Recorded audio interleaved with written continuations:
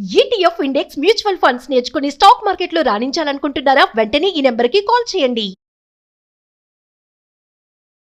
Hi hello నమస్తే, welcome back to our channel. ఈరోజు మనతో ఉన్నారు స్టాక్ మార్కెట్ అనలిస్ట్ అయిన సుందరరామరెడ్డి గారు. సార్తో మాట్లాడతాం. నమస్కారం సార్. నమస్తే అండి. సార్, షిప్ యార్డ్కి సంబంధించిన ఇండస్ట్రీ ఏవైతే ఉన్నాయో, అంటే మజ్గడాన్ డాక్ కానీ లేకపోతే అదర్ కంపెనీస్ కూడా మంచి గ్రోత్ చూపిస్తూ ఉన్నాయన్నమాట. అండ్ ఇంత మంచి గ్రోత్కి గల కారణాలు కానీ కరెంట్ సిచ్యువేషన్స్లో ఎలాంటి రీజన్స్ వాటిని ఇంపాక్ట్ చేస్తున్నాయంటారు? టోటల్ షిప్పింగ్ ఇండస్ట్రీ బాగా పరిగెడుతుందండి. అంటే లాస్ట్ 1 yearలోనే మెజగాన్ డాక్ షిప్ బిల్డర్స్ అయితే 145% పెరిగింది. 145% లాస్ట్ 1 yearలో. అంటే క్వశ్చన్ షిప్ యార్డ్ 300%, 318% పెరిగింది లాస్ట్ 1 yearలో.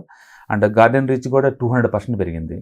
అంటే లిటరలీ ఇదేంటంటే అది సెక్టర్ని హార్ట్గా చేంజ్ చేస్తున్నారండి బాగా. అండ్ ఇవన్నీ గవర్నమెంట్ కంపెనీస్ అవ్వటం ఒక రీజన్ అయితే, అండ్ షిప్పింగ్ ఇండస్ట్రీ బాగా ఇండియాలో అంత ఫోకస్ ఇప్పటిదాకా చేయలేదు. ఒక రైల్వేస్ని ఎలా చేస్తున్నారో ఇప్పుడు షిప్పింగ్ ఇండస్ట్రీని ఆ రేంజ్లో ఫోకస్ చేస్తున్నారు కాబట్టి ఇన్వెస్టర్స్ అందరూ బాగా చేంజ్ చేస్తున్నారు. ఈ మధ్యకాలంలో పబ్లిక్ సెక్టర్ యూనిట్స్ ఏమైనా సరే వాటన్నిటిని హవా నడుస్తుంది, మీరు చూస్తూనే ఉన్నారు. అయితే ఈ రేట్లో అంత వర్త్ అంటే అంత వర్త్ కాదండి, చాలా ఎక్స్పెన్సివ్లో ఉన్నాయి ప్రస్తుతానికి. మీరు కనుక చూసుకుంటే డిసెంబర్లో చూసుకుంటే, మొన్న December 23లో మెజగాన్ డాక్ అయితే నీకు 46,000 కోట్లు దొరికేది. ఇప్పుడు 1,15,000 కోట్లు అండి ఇప్పుడు కంపెనీని ఓవరాల్గా, ఇది విత్ ఇన్ 6 months కల్లా. అండ్ కొచ్చిన్ షిప్ యార్డ్ డిసెంబర్లో ఉన్నది 17,000 crores అండి, ఇప్పుడు 75,000 crores. 75,000 crores ఆ కంపెనీ. అండ్ గార్డెన్ రీచ్ కూడా 10,000 crores, ఇప్పుడు చూస్తే 32,000 crores. ఇదంతా విత్ ఇన్ 6 monthsకే. అంటే మార్కెట్ క్యాపిటలైజేషన్ ఆ రేంజ్లో పోతుందన్నమాట. అండ్ సేల్స్ పోల్చుకున్నా సరే almost more than 10x market capitalization ఉంది సేల్స్తో పోల్చుకున్నా. అంటే టూ మచ్ ఎక్స్పెన్సివ్ జోన్లోకి వెళ్ళండి. కాకపోతే సెక్టార్లో మొమెంటం బాగా నడుస్తుంది. అండ్ కంపెనీస్ కూడా ఆర్డర్ బుక్ చాలా బాగుంది కాబట్టి అందరూ వీటిని చేంజ్ చేస్తూ ఉన్నారనమాట. కానీ ఇక్కడ ఇంట్రెస్టింగ్ థింగ్ ఏంటంటే, రిటైల్ ఇన్వెస్టర్స్ ఏం కొంటా పోతున్నారు, ఇన్స్టిట్యూషనల్ అందరూ అమ్మేసుకుంటూ పోతున్నారు ఈ స్టాక్స్ని. లాస్ట్ 6 monthsలో ఇన్స్టిట్యూషనల్ హోల్డింగ్ తగ్గుతూ ఉంది అండ్ రిటైల్ హోల్డింగ్ పెరుగుతూ ఉంది. మెజగాన్లో అయితే 1.5 lakh ఇన్వెస్టర్స్ ఉండేవాళ్ళు లాస్ట్ ఇయర్ మార్చ్లో, ఇప్పుడు 3.7 lakh రిటైలర్ ఇన్వెస్టర్స్ ఉన్నారు. అండ్ కొచ్చిన్ షిప్ యార్డ్లో అయితే 1.6 lakh ఉన్నారు లాస్ట్ ఇయర్ రిటైలర్ ఇన్వెస్టర్స్, ఇప్పుడు 3.8 lakh రిటైల్ ఇన్వెస్టర్స్ వచ్చారు. అండ్ ఈవెన్ గార్డెన్ రిచ్ కూడా లాస్ట్ ఇయర్ ఉంది 57,000, ఇప్పుడు 1.2 lakh వచ్చేసారు. అంటే రిటైలర్స్ అందరూ దీన్ని చేంజ్ చేస్తూ ఉన్నారు, ఇన్స్టిట్యూషన్లు మాత్రం వాటర్ తగ్గించుకుంటూ పోతున్నారు. ఓకే, సో ఈ సెక్టర్లో మూమెంట్ నడుస్తుంది and fundamentally very sound, order book బాగుంది. అందుకని ఈవెన్ స్వాన్ ఎనర్జీ కూడా ఈరోజు అప్పర్ సర్క్యూట్ పడిందండి. అంటే మార్నింగ్ బల్క్ డీ జరిగింది. ఆల్మోస్ట్ 45 లక్షల స్టాక్స్ని బ్లాక్ రాక్ వాళ్ళు కొన్నారు.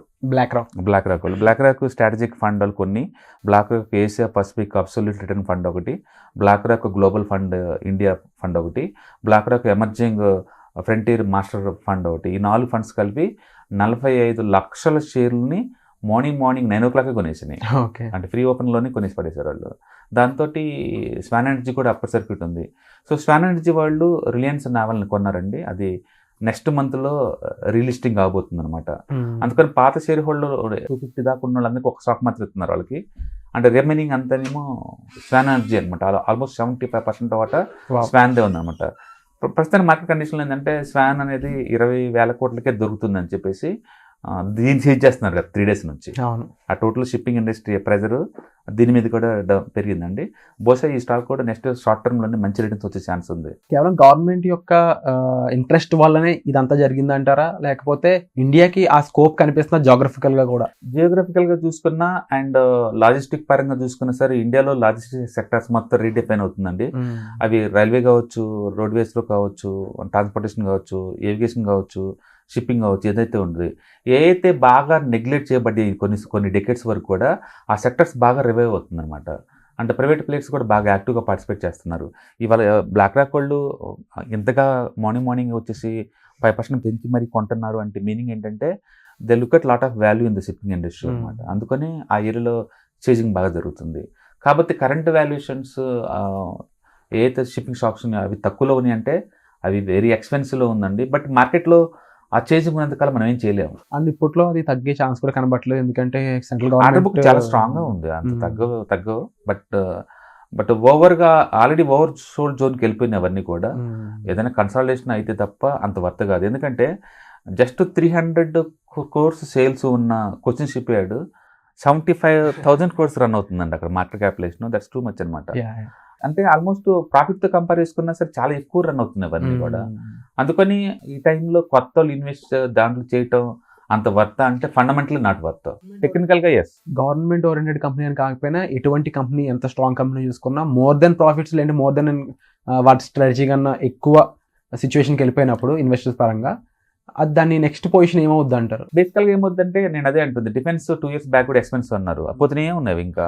దాని మీనింగ్ ఏంటంటే లైఫ్ టైం ఆపర్చునిటీ క్రియేట్ అవుతుంది, షిప్పింగ్ ఇండస్ట్రీ అయినా డిఫెన్స్ ఇండస్ట్రీ అయినా. ఇప్పుడు డిఫెన్స్ ఉందనుకోండి, ఇప్పుడు దాకా మనం ఇంపోర్ట్ చేసుకుంటూ ఉండేవాళ్ళు, ఈ సంవత్సరం నుంచి 100% లోకలైజేషన్ అనమాట మొత్తం. అప్పుడు Indian defence budget almost more then 6 lakh crore. ఆ డబ్బంతా లోకల్ కంపెనీస్ కి వచ్చినప్పుడు ఆటోమేటిక్ గా పెద్ద ఆర్డర్ బుక్ రాబోతుంది వాళ్ళకి.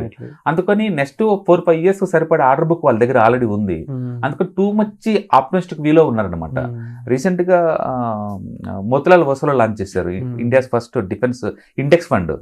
ఆల్మోస్ట్ వాళ్ళు 1700 కోట్లు కలెక్ట్ చేశారు, 1700 కోట్ల రూపాయలు కలెక్ట్ చేశారు. ఇది ఇండెక్స్ ఫండ్. అంతకుముందు HDFC defence mutual fund launch చేశారు, అది కూడా సూపర్ హిట్ అయింది. అంటే రిటర్న్స్ కూడా లాస్ట్ 5 years ఆ సెక్టర్ యావరేజ్ మీద 50% ఇచ్చింది. అయితే ప్రజెంట్ ప్రైస్ అంత కంఫర్ట్ అంటే యాజ్ ఎ ఫండమెంటల్ అనలిస్ట్కి అయితే ఆ రేటు చాలా డిస్కంఫర్ట్ అండి. ఓవర్ వాల్యుయేషన్లో ఉన్నాయి అవన్నీ కూడా. కాకపోతే సెక్టర్ మూమెంట్ నడుస్తుంది, ఈ టైంలో మనం ఏం చేయలేము. మనం ఎక్స్పెన్సెస్ దూరంగా ఉన్నంత మాత్రం మనకు ఒరిగేది ఏం లేదు అక్కడ, ఎందుకంటే ప్రస్తుతానికి మూమెంట్ నడుస్తుంది దాంట్లో. It's going to continue next couple of months కూడా. సో హోప్ఫుల్లీ ఈ ఇండస్ట్రీ ఏ విధంగా మారుతుంది, ఇంకా షిప్పింగ్ ఇండస్ట్రీ అనేది ఇంకా ఎంత ఏ రేంజ్ టచ్ అవుతుంది? షిప్పింగ్ ఇండస్ట్రీ డెఫినెట్ గా చాలా పెద్ద ఇండస్ట్రీ అవుతుందండి, ఎందుకంటే ఇండియా వాళ్ళు చాలా ఎక్స్పోర్ట్ చేస్తున్నారు. ఎక్స్పోర్టింగ్ అనేది చాలా పెద్ద థీమ్, మ్యానుఫ్యాక్చరింగ్ థీమ్. ఇండియాలో తయారైన అన్ని కూడా ఈ చైనా +1 అన్న థీమ్ ఉంది కదా, ఆ థీమ్ ఏంటంటే చైనాతో ఇష్యూస్ ఉన్న వాళ్ళందరూ కూడా మ్యానుఫ్యాక్చరింగ్ అంతా ఇండియా నుంచి తీసుకెళ్ళిపోతున్నారు. అందుకని ఇండియా మ్యానుఫ్యాక్చరింగ్ హబ్ కాబోతుంది. ఇక్కడ నుంచి బయటకు వెళ్ళాలంటే వయా విత్ షిప్స్ ద్వారా సాధ్యం అది. అందుకని షిప్ మ్యానుఫ్యాక్చరింగ్ కావచ్చు, షిప్ రిపేర్స్ కావచ్చు, లేదా షిప్ బ్రేకింగ్ ఇండస్ట్రీ కావచ్చు, పోర్ట్ మేనేజ్మెంట్ కావచ్చు, ఈ ఏరియాలో మాత్రం ఇంకా స్కోప్ ఉంది ముందు. Wonderful sir, thank you so much sir ఇలాంటి అప్డేట్ మాకు ఇచ్చినందుకు. సుమన్ టీవీలో మీ పర్సనల్ అండ్ బిజినెస్ ప్రమోషన్స్ కోసం కింది నెంబర్కి కాంటాక్ట్ చేయండి.